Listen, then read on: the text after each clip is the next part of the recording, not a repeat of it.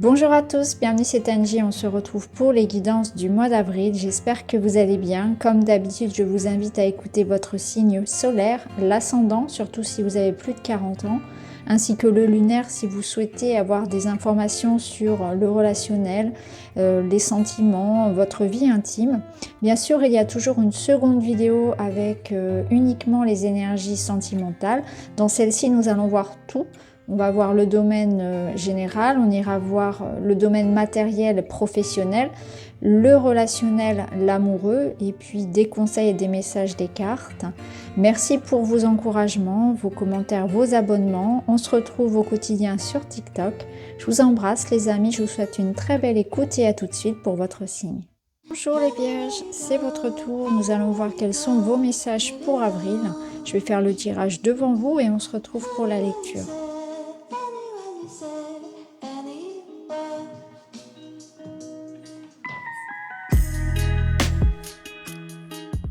Voilà, allez, on est parti, on va aller voir vos énergies générales du mois.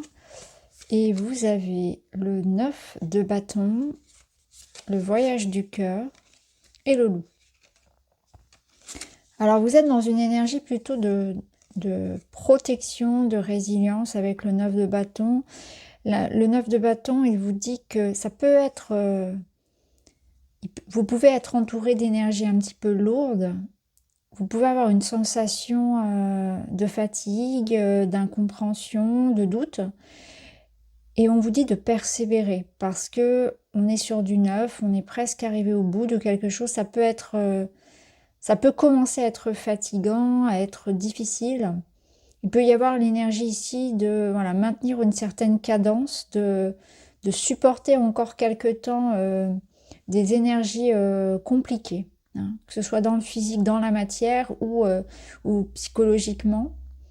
Là, c'est l'énergie de la résilience, de la force, de la persévérance. On vous dit, vous y êtes presque. Vous êtes presque arrivé au bout d'un processus. Il faut encore tenir un petit peu.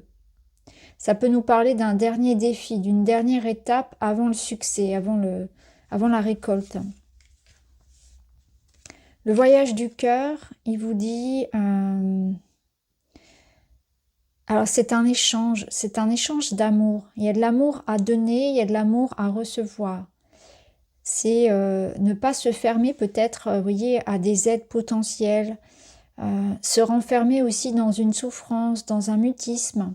Je pense que là, le voyage du cœur vous parle aussi d'étapes, que vous êtes dans un processus au niveau personnel et relationnel, et que il se peut qu'il y ait des gens qui entrent, des gens qui sortent, qu'il y ait aussi un travail à faire au niveau émotionnel, au niveau relationnel, en introspection peut-être aussi, pour accepter davantage l'aide qu'on vous offre, pour accepter de sauter un cap au niveau personnel.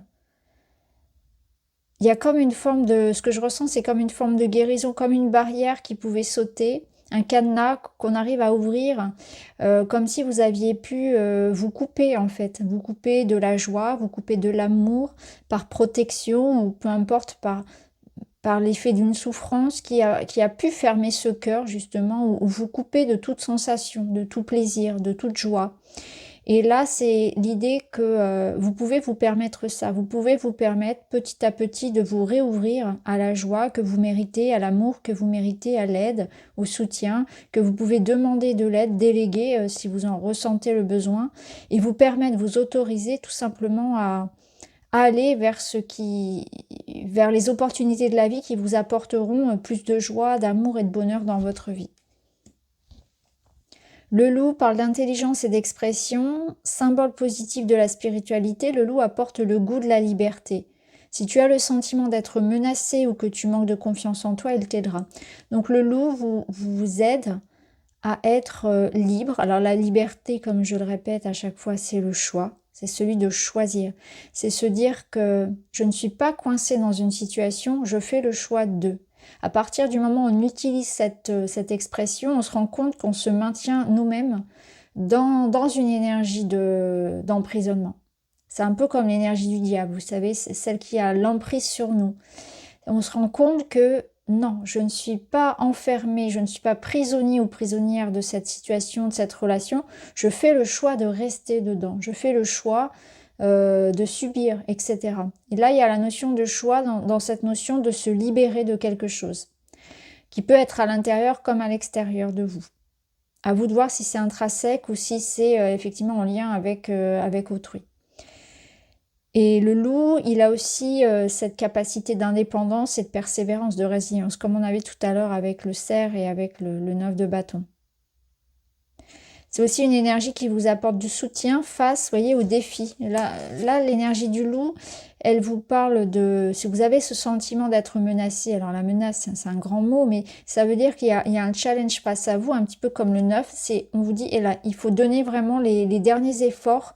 On y est presque. En fait, on y est presque. Il faut vraiment se permettre d'aller peut-être un petit peu plus loin, de tenir le coup, en fait. Ne baissez pas les bras maintenant.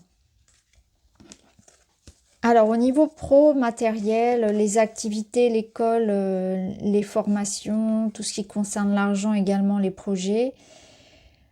On a le chevalier d'épée. Donc celui-ci, il fonce, hein. Il a envie de foncer, il est dans l'idée d'éclaircir une situation, hein. Donc là, il y a une percée, hein. Il y a quelque chose qui vient à vous. Donc c'est une énergie d'information, de communication, de mise au point, de clarté, hein. On met les choses sur la table. Ça concerne un engagement, un contrat, une union peut-être, un nouveau cycle de vie, hein. On voit que ça a pu être bloqué avec la montagne. Et là, il y a quelque chose qui s'enclenche. Ça peut être un oui, hein, aussi. Ça peut représenter un accord, un avis favorable par rapport à ce domaine-là, donc du matériel, pro, argent, etc. On voit qu'il y a pu y avoir de l'attente. Donc, vous voyez, ça confirme bien qu'il faut tenir le coup, il faut persévérer parce que vous aurez un oui, vous aurez un accord. Vous allez obtenir ce que vous souhaitez. Donc, ça peut être persévérer pour obtenir. Oui, il y a une notion de... Avec cette carte-là, il y a aussi cette notion d'avoir des capacités pour convaincre, pour obtenir ce que l'on veut, pour revendiquer. Donc, si vous avez quelque chose à revendiquer, à demander, des démarches, des rendez-vous, des entretiens, un examen, cette notion de ne pas baisser les bras, en fait, de se faire entendre, de faire entendre son point de vue. Là, c'est très positif. Ça vous dit bien que vous allez réussir à surmonter l'obstacle qui est là, donc qui revient comme le défi qu'on avait avec le 9. Le défi, vous réussissez à le... Voilà, vous allez jusqu'au bout du processus. Vous obtenez gain de cause, hein. Il y a de la clarté, hein, qui arrive. J'ai l'impression que l'information arrive et vous avez cette capacité aussi à obtenir ce que vous désirez. Alors, dans le domaine personnel, relationnel, amoureux, affectif, alors bien sûr, on ira compléter dans une vidéo à part. On a l'empereur, l'équilibre de la balance et la confusion. On remet de l'ordre ici aussi, hein. Au niveau sentimental, on va vous demander d'assumer des responsabilités, peut-être d'avoir des responsabilités familiales, d'avoir un rôle de soutien, d'encadrant, de parent. Ça peut être ça. Cette énergie de l'empereur, il peut représenter bien sûr une énergie face à vous. Avec l'énergie de la balance, on cherche l'équilibre. Donc, vous remettez de l'ordre. Je sens qu'avec l'empereur, il y a aussi la notion de savoir prendre des décisions, de savoir être juste, de savoir imposer son point de vue, de savoir protéger ses biens, protéger ce qui est important pour vous. On recadre quelque chose, on s'impose. Alors, l'empereur vous dit aussi attention à l'autorité, parce que c'est un petit peu le côté négatif de l'empereur, c'est ça, c'est que parfois il est un peu trop vindicatif. Donc il y a ce côté-là à éviter, mais en tout cas, voilà, on attend de vous, voilà, que vous assumiez vos responsabilités, que vous preniez des décisions, que vous ayez un rôle de chef de famille, que vous soyez homme ou femme. Et c'est aussi cette énergie de stabilité, hein. Donc on remet de l'ordre, effectivement, mais c'est quelque chose de très stable. Ça peut être une énergie aussi, tout simplement, où avec l'empereur, vous allez construire quelque chose. Il y a la notion de construction également. Donc pour certains, on a effectivement de la clarté qui revient. On met les choses au clair avec quelqu'un pour aller vers plus de stabilité dans la relation, pour un engagement. Ça peut être ça également, hein. Là, le yin et le yang, ça peut être douter de soi, douter des émotions, des sentiments, pardon, d'une personne. On voit qu'on va éclaircir une situation relationnelle également. Le yin et le yang, c'est aussi cette énergie de donner, de recevoir qu'on avait tout à l'heure. Donc peut-être que parfois on a cette sensation voilà, qu'il n'y a pas de réciprocité dans le lien. Il faut en parler, il faut poser des limites aussi. Peut-être que là, on vous dit également que dans une énergie, dans un certain lien, vous vous épuisez. Vous donnez beaucoup pour peu recevoir. Il y a peut-être une énergie, encore une fois, d'accepter de l'aide, d'accepter l'amour. Et la confusion, eh bien, elle est en lien avec le fait que vous doutez. Hein. Vous ressassez peut-être aussi beaucoup les choses. Peut-être une notion de ne pas se faire confiance également. On verra, hein, on ira voir dans la vidéo relationnelle comment ça va résonner. Là, si je fais écho à ces cartes-là, on voit qu'il y a peut-être quelque chose aussi qui va aboutir. Hein, après de l'attente, après de la confusion, après des difficultés relationnelles, hein, c'est quelque chose de beaucoup plus juste. On va voir comment on termine le mois. Hein. Alors la surprise, les événements, justement, qui vont venir à vous. Alors, on a un 3 d'épée et on a de la discussion et les poissons. Donc, on voit, moi, je pense que là, il y a eu quelque chose de difficile. Le 3 d'épée, c'est l'idée d'une blessure, c'est l'idée de l'ego, c'est un manque d'alignement.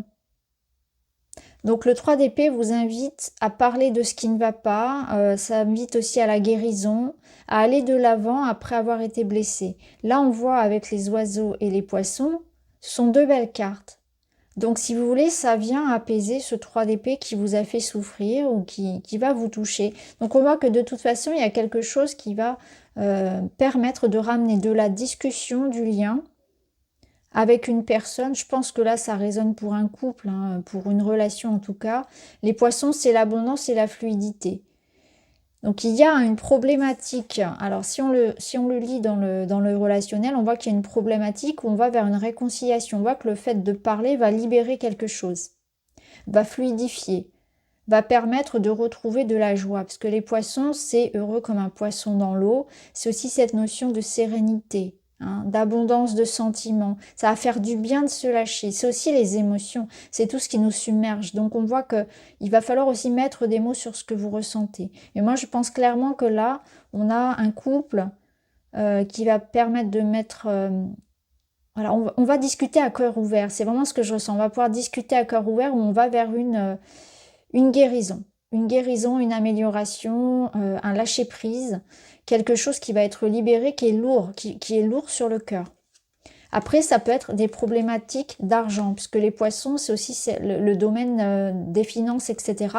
Si c'est en lien avec le matériel, on a bien vu ici qu'on avait un accord qui avait été retardé, des retards peut-être administratifs qui vont être résolus. Parce qu'avec l'idée de parler ici d'un rendez-vous peut-être important, de se faire aider, de parler de ses problèmes d'argent, on va pouvoir trouver des solutions. Il y a quelque chose comme ça. Hein. Donc là, on est aussi dans l'idée voilà, d'avoir des échanges par rapport aux finances, aux transactions. Les poissons, c'est l'abondance. Vous avez besoin de parler en tout cas. Donc pour moi, il y a vraiment un rendez-vous important, une discussion, un échange qui va ramener finalement des solutions, une amélioration, hein, que ce soit dans le domaine sentimental ou relationnel. Je regarde la fin de votre mois. Vous avez le pendu et le feu. Alors le pendu, il parle d'une période de pause. Il parle d'une période qui va permettre de voir les choses différemment. Donc je pense que là, effectivement, l'attente que vous vivez, ou le retard, le défi que vous vivez, il n'est pas anodin. Il va vous permettre de voir ce qui doit être libéré, de vous recentrer sur l'essentiel. Là, avec la notion du pendu, il y a aussi la notion du sacrifice. Peut-être qu'il est bon de laisser quelque chose derrière soi. Ça peut vous parler de vous-même. Qu'est-ce que vous sacrifiez? Pour qui et pourquoi? Est-ce que c'est véritablement utile? Ça peut être ça, hein, on peut la lire dans ce sens-là. Ce qui est sûr, c'est que ça va se débloquer parce qu'ici, on a cette énergie du feu qui parle de transformation, de renaissance et de renouveau. Donc, je pense que vous êtes au mois d'avril dans une phase qui va vous aider à libérer, à observer ce qui ne va pas, à comprendre un blocage, à comprendre une situation, pourquoi ça n'évolue pas, et vous allez avoir cette idée de je sais pourquoi, je comprends pourquoi, maintenant je vais pouvoir agir et me libérer.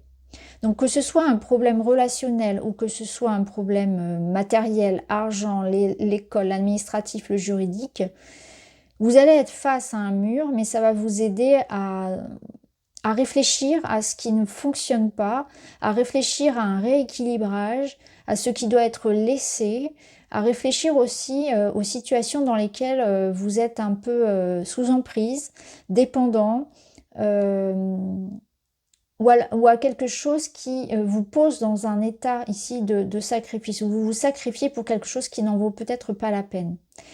Et ça amène cette énergie du renouveau, ça amène cette transformation qui va vous permettre finalement de renaître, de retrouver quelque chose de plus beau. Alors ça peut être la passion, ça peut être la renaissance de la passion et de l'amour dans le couple, ça peut être une nouvelle passion, un nouveau projet, ça peut être votre énergie personnelle, vitale. Hein, là, on voit que vous êtes dans une étape d'avancer, de vous libérer. Pour moi, vous vous libérez d'un blocage et d'une emprise, d'une insatisfaction, d'une attente. Il y a vraiment cette énergie qui revient. C'est vraiment le renouveau, la renaissance et la transformation. Alors, on va terminer avec un petit message pour vous. J'apprends à mieux me connaître. Je fais un état des lieux afin de me concentrer sur ce qu'il y a de bien dans ma vie, au lieu de me focaliser sur tout ce qui ne va pas. Mon cœur m'indiquera toujours le meilleur chemin à suivre pour mon évolution.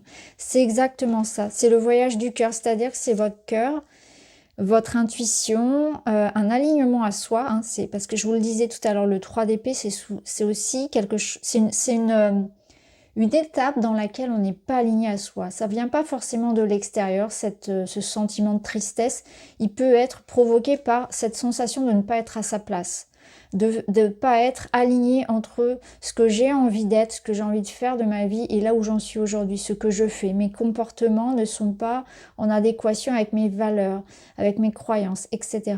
Donc là, ce mois d'avril, il vous permet vraiment de comprendre ça, de réfléchir à ça, donc apprendre à mieux se connaître pour mieux rediriger sa vie et se libérer de tout ce qui n'a plus besoin d'être. Vous voyez, c'est ce que je vous disais avec le pendu.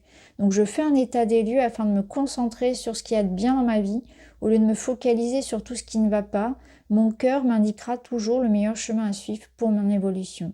Et là, vous allez renaître, vous allez avoir les réponses, vous allez trouver, il va y avoir comme une sensation de je me libère et je me reconnecte à qui je suis réellement, à ce qui est bon pour moi. Je me réaligne entre voilà, mes valeurs, mes actions, mes paroles, tout est juste.